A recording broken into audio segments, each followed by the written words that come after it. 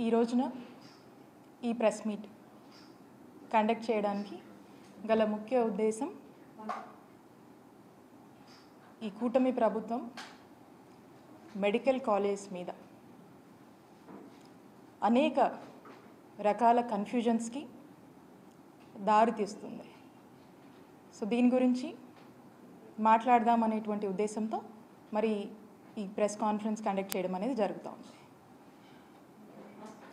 మీ అందరు కూడా చూసినట్టయితే పోస్ట్ బైఫోకేషన్ అంటే మన రాష్ట్రం విడిపోయిన తర్వాత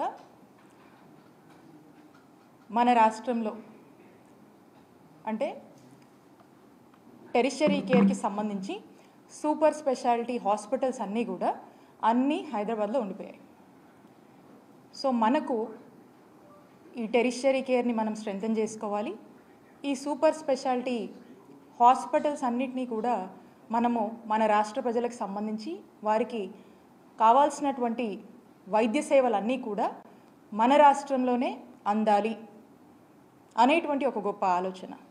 మన వాళ్ళందరికీ కావాల్సినటువంటి హెల్త్ కేర్ సర్వీసెస్ ట్రీట్మెంట్స్ అన్నీ కూడా మనమే ఎక్విప్ కావాలి భవిష్యత్ కాలంలో అనేటువంటి ఒక ఆలోచన ఆనాటి ముఖ్యమంత్రి అయినటువంటి జగన్మోహన్ రెడ్డి గారు ఒక గొప్ప ఆలోచనతో ఒక దూరదృష్టితో ప్రజల ఆరోగ్యం పట్ల వారికి ఉన్నటువంటి చిత్తశుద్ధితో గొప్ప ఆలోచన చేసి ఈ రాష్ట్రానికి 17 గవర్నమెంట్ మెడికల్ కాలేజ్ తీసుకురావాలి అనేటువంటి ఒక గొప్ప ఆలోచనకు శ్రీకారం చుట్టడం జరిగింది.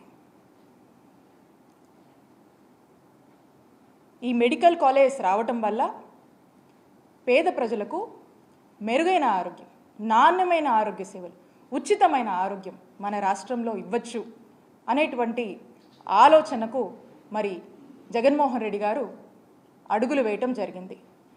వైఎస్ఆర్ కాంగ్రెస్ పార్టీ అధికారంలోకి రాగానే మీరు చూసినట్టయితే ప్రతి పార్లమెంట్ జిల్లా పరిధిలో ఒక కొత్త గవర్నమెంట్ మెడికల్ కాలేజ్ తీసుకురావాలి ఉండాలి అనేటువంటి ఆలోచనతో ఈ రాష్ట్రంలో 17 గవర్నమెంట్ మెడికల్ కాలేజ్ని తీసుకొచ్చేందుకు శ్రీకారం చుట్టి సుమారు 8,500 కోట్ల బడ్జెట్తో మరి ఈ కాలేజ్ని తీసుకురావాలనేటువంటి ఒక ప్రణాళిక సిద్ధం చేయడం జరిగింది.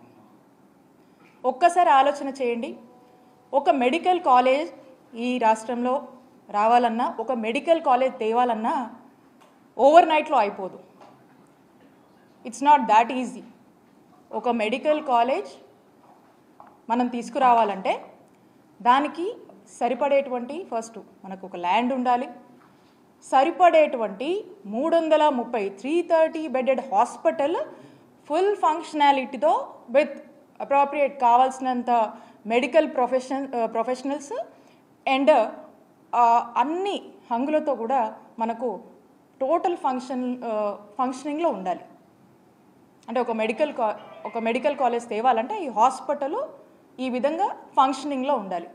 అప్పుడు కానీ మనము దానికి ఇంకా కొంత క్రైటీరియా ఉంటుంది, దానికి కొంత సర్టెన్ టైం అంతా ఉంటుంది. సో దాన్ని మనము చూపిస్తా ఒక మెడికల్ కాలేజ్కి మనము అప్లై చేసుకోవచ్చు. సో ఇదంతా కూడా it's a time taken procedure. ఒక మెడికల్ కాలేజ్ తేవాలంటే మనం చూసినట్టయితే మన రాష్ట్రంలో అంటే మన ఆంధ్రప్రదేశ్ రాష్ట్రంలో 1923 సంవత్సరం అప్పట్లో మనకు మొట్టమొదటి కాలేజ్ ఆంధ్ర మెడికల్ కాలేజ్ మరి అప్పుడు మనకు వచ్చింది. అంటే 1923 నుంచి మీరు చూసుకున్నట్టయితే 2023 వరకు అంటే 100 సంవత్సరాలలో మనకు ఉన్నటువంటి మెడికల్ కాలేజెస్ అన్ని 11 గవర్నమెంట్ మెడికల్ కాలేజెసే మన రాష్ట్రానికి మనకు ఉన్నాయి. అంటే 11 గవర్నమెంట్ ఎగ్జిస్టింగ్ మెడికల్ కాలేజ్ ఉంటే వీటిని మళ్ళా మా ముఖ్యమంత్రి గారు జగన్మోహన్ రెడ్డి గారు నాడు నేడు అని చెప్పి 3,820 కోట్లతో మరి వీటిని కూడా నాడు నేడులో రివాంప్ చేస్తూ మరి వీటిని కూడా బాగు చేస్తూ మరి కొత్త మెడికల్ కాలేజ్ 17 తీసుకురావాలనేటువంటి అడుగులు ఏ విధంగా వేస్తారో మీరు చూస్తున్నారు.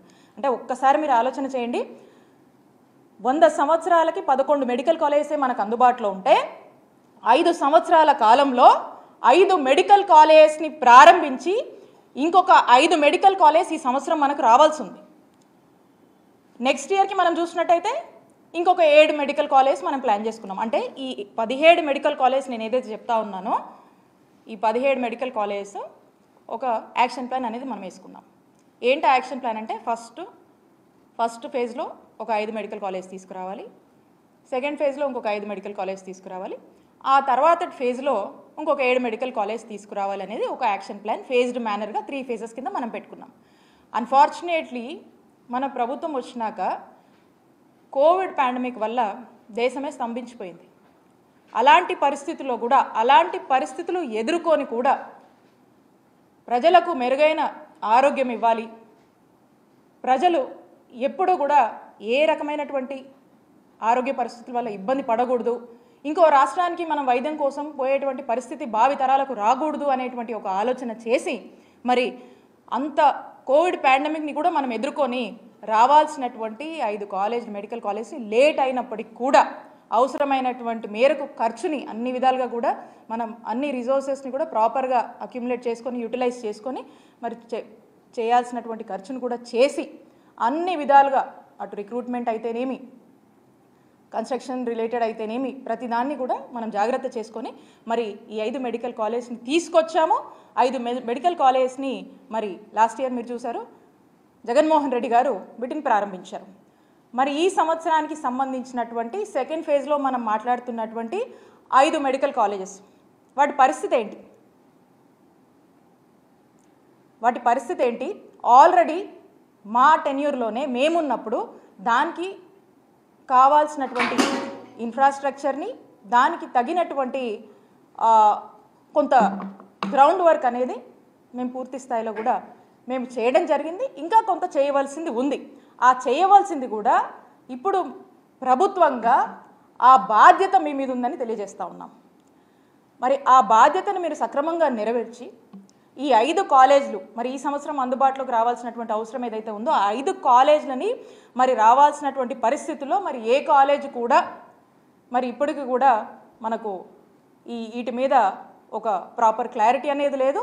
అండ్ అందులో మనం చూసినట్టయితే మీరు ఈ 5లో పులివెందుల మెడికల్ కాలేజ్ దీనికి సంబంధించి కొన్ని ఎంబీబీఎస్ సీట్లకు మనకు పర్మిషన్ వస్తే ఆ వచ్చినటువంటి ఆ పర్మిషన్ కూడా మరి దేశ చరిత్రలో ఏ రాష్ట్రం కూడా చేయనటువంటి దుస్సాహసం ఈ కూటమి ప్రభుత్వం చేసి రిటర్న్లో మాకు ఈ మెడికల్ కాలేజ్ వద్దు అని లెటర్ రాసినటువంటి ప్రయత్నం మరి మన ఆంధ్రప్రదేశ్లో మొట్టమొదటిసారిగా కూటమి ప్రభుత్వం చేసింది. నేను అడుగుతా ఉన్నాను, ఒక మెడికల్ కాలేజ్ తేవాలంటేనే ఎంత కష్టమో, 100 ఏళ్లకే 11 మెడికల్ కాలేజ్ మనకు ఉన్నటువంటి చరిత్ర మనకు ఉంటే మరి 5 సంవత్సరాల కాలంలో 17 గవర్నమెంట్ మెడికల్ కాలేజ్ తీసుకురావాలనేటువంటి ఒక గొప్ప సంకల్పం జగన్మోహన్ రెడ్డి గారు చేస్తే దాంట్లో 5 సంవత్సరాల్లో 5 మెడికల్ కాలేజ్ తీసుకొచ్చి ఈ సంవత్సరం 5 అందుబాటులోకి రావాల్సినటువంటి పరిస్థితి ఉండగా వచ్చే సంవత్సరానికి 7 కాలేజీలు మళ్ళీ అందుబాటులోకి రావాల్సినటువంటి పరిస్థితి ఉండగా మరి వచ్చినటువంటి ఒక కాలేజ్కి వద్దు అని చెప్పి మీరు రిటర్న్లో లెటర్ రాశారంటే దీన్ని ఏమనుకోవాలి? స్పష్టంగా అర్థమవుతా ఉంది. అంటే పులివెందుల మీద మీకున్నటువంటి ద్వేషభావం, మీకున్నటువంటి రాజకీయ కక్షలతో పులివెందుల మెడికల్ కాలేజ్కి అనుమతులు వస్తే కొన్ని సీట్లకి వద్దని మీరు లెటర్ రాశారంటే ఇది మనకు స్పష్టంగా అర్థమవుతా ఉంది. ఇలానే మనం మొత్తం మీద కూడా చూసినట్టయితే మనకు స్పష్టంగా మొదటి నుంచి కూడా అర్థమవుతా ఉంది. ఏమని? ఈ మెడికల్ కాలేజ్ తీసుకురావాలి, ఈ రాష్ట్రంలో టెరిషరీ కేర్ స్ట్రెంగ్తన్ చేయాలి అనేటువంటి ఆలోచన జగన్మోహన్ రెడ్డి గారు చేశారు. ఈ ఆలోచనని బాధ్యతగా మనం బాధ్యతగా అడుగులు వేసి మనం 5 కాలేజీలు తెచ్చాము, ఇంకా 5 రావాల్సినవి ఉన్నాయి. దీని మీద ఇప్పుడు కూటమి ప్రభుత్వము వాళ్ళు బాధ్యత తీసుకొని దీన్ని ఓన్ చేసుకొని ఈ రాష్ట్రంలో ఉన్నటువంటి ఎంతోమంది మెడికల్ ఎడ్యుకేషన్ చదవాలనుకున్నటువంటి విద్యార్థుల యొక్క ఆలోచనని, విద్యార్థుల యొక్క ఆశయాల్ని ఈరోజు కేవలం జగన్మోహన్ రెడ్డి గారికే ఇవన్నీ మనం అమలు చేస్తే పేరు వస్తుందనే దానికోసము ఈరోజు వాళ్ళ ఆశయాలను బలి చేస్తూ ఈ కూటమి ప్రభుత్వం అడుగులు ముందుకు వేస్తుందని తెలియజేస్తున్నాను. ఇక ఈ 5 కాలేజీ ఈ సంవత్సరంలో రావాల్సిన వాటికి పరిస్థితి ఎలా ఉంది? ఇక నాకు తెలిసి నెక్స్ట్ ఫేజ్లో మనం అనుకుంటున్నటువంటి ఇంకో 7 కాలేజీలు ఉన్నాయి. వాటికైతే అసలు ఫ్యూచరే కనపడటం లేదు. ఈ రాష్ట్రంలోని విద్యార్థులకు ఆ హోప్ కూడా ఏమాత్రం కూడా అనిపించట్లేదు కూడా. ఎందుకంటే లీస్ట్ రెస్పాన్సిబిలిటీ, ఇర్రెస్పాన్సిబిలిటీ, వాళ్ళ యొక్క బాధ్యత నుంచి వాళ్ళు తప్పించుకుంటున్నారు అనేది మనకు స్పష్టం అవుతా ఉంది. దీని మీద ఒక క్లారిటీ ఇస్తే, దీని మీద ఎక్స్ప్లెనేషన్ ఇస్తే చర్చ జరుగుతుంది. పైగా ఇదంతా కాకుండా మనం చూసినట్టయితే ఎంతో కష్టపడి వీటికి కావాల్సినటువంటి ల్యాండ్స్ని according to the land acquisition act ప్రకారం మనము కొన్ని ప్రభుత్వ భూములు ఉంటే ప్రభుత్వ భూములు తీసుకున్నాము, కొన్ని ప్రైవేట్గా మనం తీసుకోవాల్సి ఉంటే ఇది ప్రజలకు మంచి చేస్తుంది, ప్రజలకు ఎంతో మేలు చేస్తుందని చెప్పి ఎన్ని కష్టాలు పడి ఇంత ఖర్చైనా భరించి మరి పేద ప్రజల ఆరోగ్యం కోసం పేద ప్రజలకు ఒక ఆస్తిలాగా సమకూర్చి ప్రతి ఒక్క మెడికల్ కాలేజ్కి 25 ఎకరాలు మనకు అవసరం అవుతుంటే ఆ యొక్క ఆస్తిని సమకూర్చి ఈ రోజున ఇంత పెద్ద మెడికల్ కాలేజ్ తీసుకురావాలని ఆనాటి ఒక ఆలోచనని మరి ఈరోజు మనం చూసినట్టయితే ఏం చేస్తున్నారండి వీళ్ళు?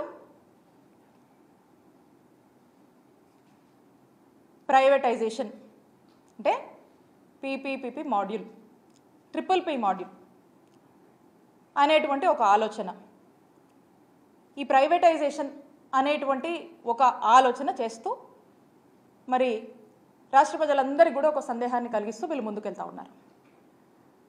అంటే ప్రైవేటైజేషన్ అంటే ఏంటండి? ఇక్కడ ఉన్నారు మీడియా వాళ్ళు, అన్న ప్రైవేట్ హాస్పిటల్కి వెళ్తే ఏమవుతుంది చెప్పండి? ప్రైవేట్ హాస్పిటల్కి వెళ్తే ఛార్జెస్ పడతాయి కదా, ఫ్రీగా చూస్తారా? చూడరు కదా. మరి ఈ మెడికల్ కాలేజ్తో అనుబంధంగా ఉండేటువంటి హాస్పిటల్కి రాష్ట్ర ప్రజలు వస్తే అక్కడ మనము ఉచిత వైద్య సేవలు అనేది అందిస్తారు ప్రజలకి. మరి ఇప్పుడు దీన్ని ప్రైవేటైజేషన్ చేస్తే రాష్ట్ర ప్రజలు ఏదైనా ఒక అనారోగ్య సమస్యతో ఆ హాస్పిటల్కి వెళ్తే డబ్బులు అడుగుతారు కదా, డబ్బులు కట్టాలి కదా. అంటే పేదవాడికి ఒక అనారోగ్య సమస్య వస్తే ఇప్పుడు పేదవాడి జోబులోంచి ఈరోజు ఖర్చు పెట్టుకునేటువంటి పరిస్థితికి మీరు తీసుకెళ్తున్నారా అనేటువంటి సందేహం మాకు కలుగుతూ ఉంది. అంటే దీన్ని బట్టి మనకు స్పష్టంగా అర్థమవుతా ఉంది ఈ యొక్క మెడికల్ కాలేజ్ అన్నిటినీ కూడా ఈ ప్రైవేటైజేషన్ పేరుతో ప్రైవేట్ వాళ్లకు దారాదత్తం చేస్తూ ఒక పెద్ద స్కామ్కి తెరతీస్తున్నారని మనకు సందేహం కలుగుతూ ఉంది.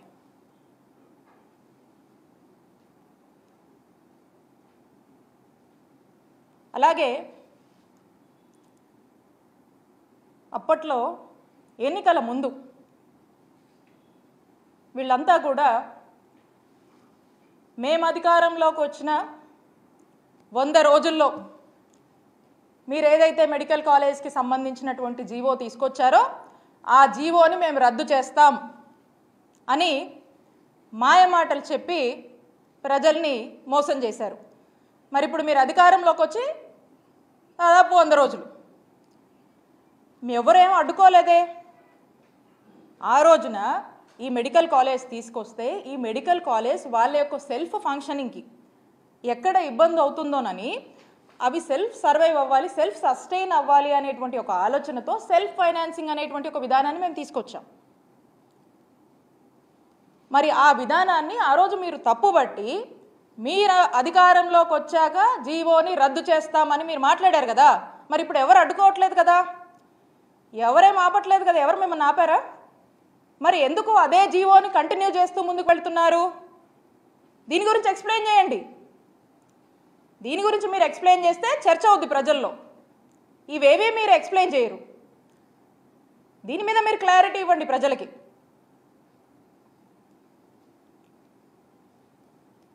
ఈ విధంగా మనం చూసినట్టయితే ఈ కూటమి ప్రభుత్వం ఇక్కడ వాళ్ళే ఉన్నారు, ఆ పైన వాళ్ళే ఉన్నారు. వీళ్ళు చేయాలంటే, మనసు పెట్టి చేయాలంటే ఖచ్చితంగా ఈ సంవత్సరం రావాల్సినటువంటి 5 మెడికల్ కాలేజ్ అందుబాటులోకి వచ్చేవి. రేపు రావాల్సిన వాటి గురించి కూడా ఒక ప్రణాళిక, దాన్ని కూడా ఒక యాక్షన్ ప్లాన్ అనేది నడిచేది. కానీ మీలో ఆ కమిట్మెంట్ లేదు, మీరు ఆ రెస్పాన్సిబిలిటీ తీసుకోవట్లేదు. ఎంతోమంది పేద విద్యార్థుల వాళ్ళ యొక్క ఆశల్ని మీరు బలి చేసే విధంగా మీరు అడుగులు ముందుకు వేస్తూ ఉన్నారు. ఖచ్చితంగా దీని మీద మీరు ఒక క్లారిటీ ఇవ్వాలి, దీని మీద మీరు ఎక్స్ప్లెయిన్ చేయాలి. ప్రజల్లో చర్చ జరుగుతుంది. అప్పుడు అదే చర్చ. నేను ఒక్కటే చెప్తా ఉన్నాను ఈ కుటుంబ ప్రభుత్వానికి, నిన్న మేమున్నాం, నేడు మీరున్నారు, మళ్ళా రేపు మేము వస్తాం. గవర్నమెంట్ అనేది ఒక కంటిన్యూస్ ప్రాసెస్, ఇది ఒక కంటిన్యూస్ ఇన్స్టిట్యూషన్. కోట్ల మంది ప్రజలు ఎంతో ఆశతో ఈ రాష్ట్రంలోని ఎంతోమంది పేద ప్రజలు గవర్నమెంట్కి వాళ్ళ యొక్క అండ, వాళ్ళ యొక్క భరోసా కోసం, వాళ్ళ యొక్క సాయం కోసం ఎదురు చూస్తూ ఉంటాయి. వాళ్ళ యొక్క హోప్ని ఈరోజు బలి చేస్తూ మీరు ఏదైతే జగన్మోహన్ రెడ్డి గారి ఎయిమ్, ఈ రాష్ట్రంలో వైట్ కోట్ రెవల్యూషన్ రావాలి, ఈ రాష్ట్రంలో వైట్ కోట్ రెవల్యూషన్ తేవాలి, ఇక్కడున్నటువంటి మెడికల్ ప్రొఫెషనల్స్ దేశం మొత్తం కూడా వైద్య సేవలు అందించాలి, ఇక్కడున్నటువంటి పేద ప్రజలకు ఉచితమైనటువంటి నాణ్యమైనటువంటి వైద్య సేవలు ఈ రాష్ట్రంలోనే అందించాలనేటువంటి ఎయిమ్ ఏదైతే ఉందో ఆ ఎయిమ్ని కూటమి ప్రభుత్వం మీ ప్రైవేటైజేషన్ పద్ధతిలో డిఫీట్ చేయొద్దు అని మీకు తెలియజేసుకుంటున్నాను. It's very sad and it's very unfortunate.